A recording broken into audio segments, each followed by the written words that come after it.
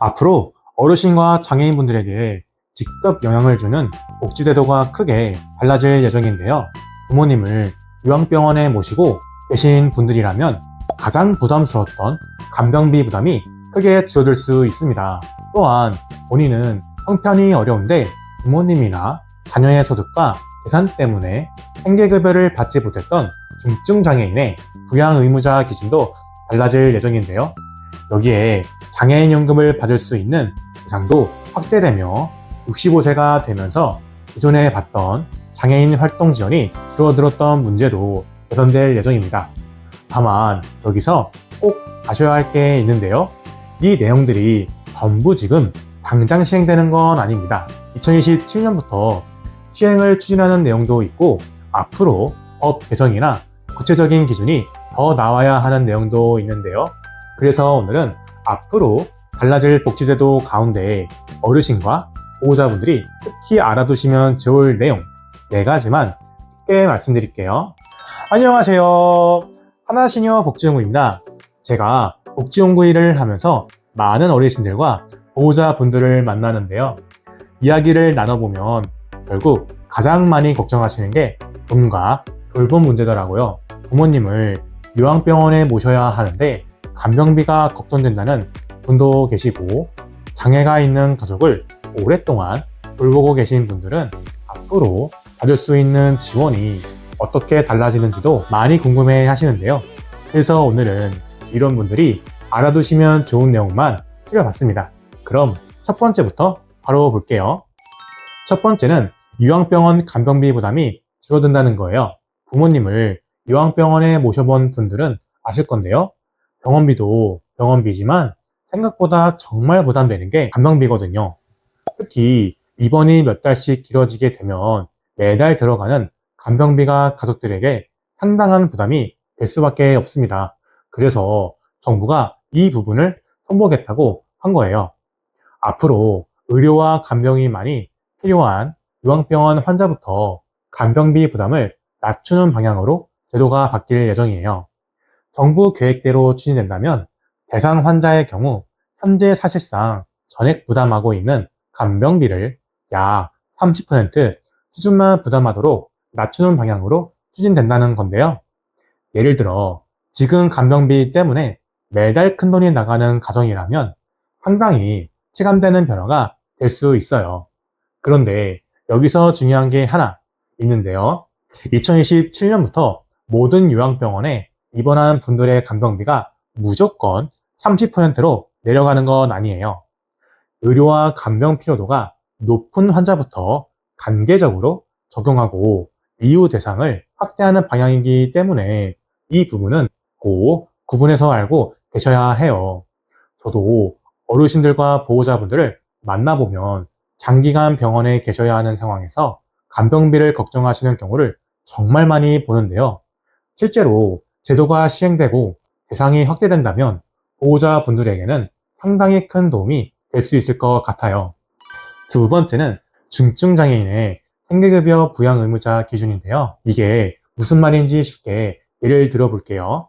중증장애가 있는 분이 계시는데요. 본인은 소득도 거의 없고 재산도 많지 않아요.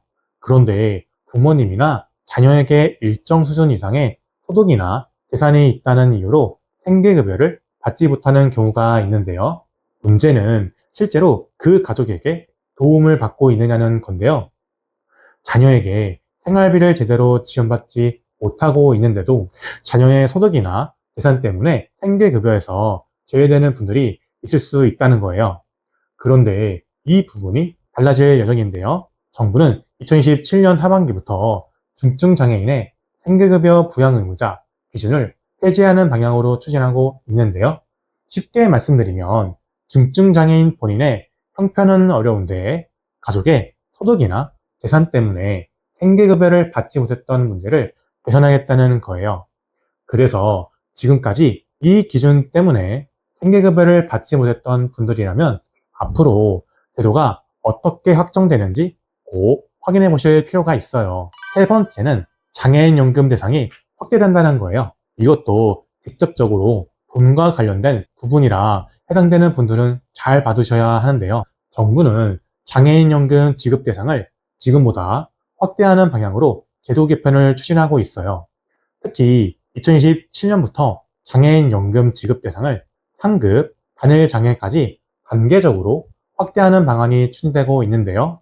그동안 장애 정도 때문에 장애인연금 대상에 포함되지 못했던 일부 분들에게는 상당히 중요한 변화가 될 수 있어요.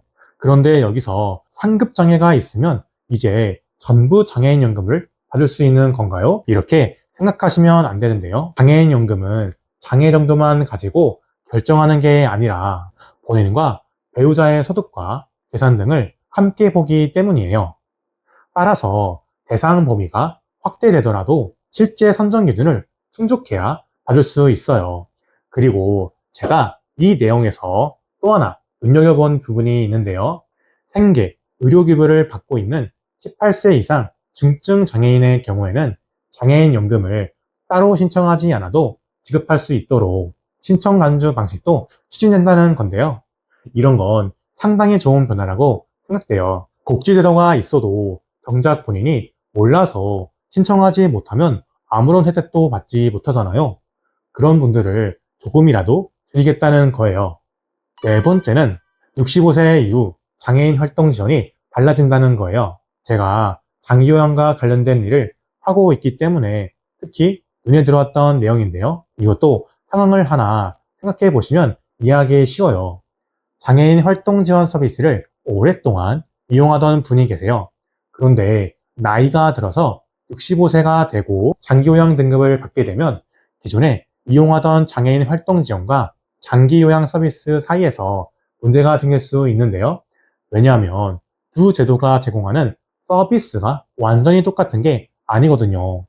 장기요양은 집에서 식사나 위생, 일상생활 등을 지원하는 부분이 크다면 장애인 활동 지원은 외출이나 사회활동을 지원받는 부분도 중요하거든요. 그래서 기존의 활동 지원 서비스를 많이 이용하던 분이 65세가 되면서 장기요양으로 넘어가면 예전보다 돌봄 시간이 줄었다.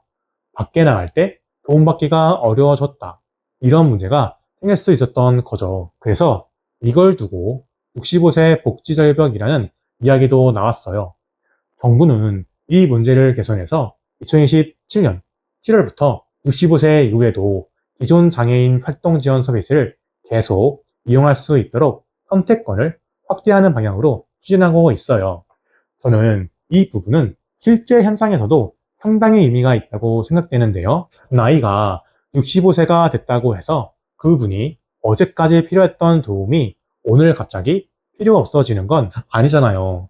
사람마다 몸 상태도 다르고 필요한 도움도 다르기 때문에 본인에게 맞는 서비스를 선택할 수 있도록 해주는 방향은 상당히 중요한 변화라고 생각돼요. 오늘 영상에서 가장 중요한 건 이거예요. 전부 지금 당장 시행되는 제도는 아니에요. 2027년부터 시행을 추진하는 내용도 있고 법 개정이나 예산, 국제적인 대상, 기준이 확정돼야 하는 내용도 있는데요. 그러니까 내년부터 무조건 받을 수 있다. 이렇게 생각하기보다는 앞으로 발표되는 세부적인 기준을 확인하셔야 해요. 저도 복지연구 일을 하면서 어르신들과 보호자분들을 만나보면 좋은 제도가 있는데도 몰라서 신청하지 못하고 지나가는 분들이 생각보다 많은데요. 그래서 앞으로도 제가 현장에서 어르신들을 만나면서 도움이 될 만하다고 생각되는 장기요양이나 노후, 복지 관련 소식들이 나오면 어려운 말 빼고 최대한 쉽게 정리해서 알려드릴게요. 저는 하나시니어 복지연구였습니다. 감사합니다.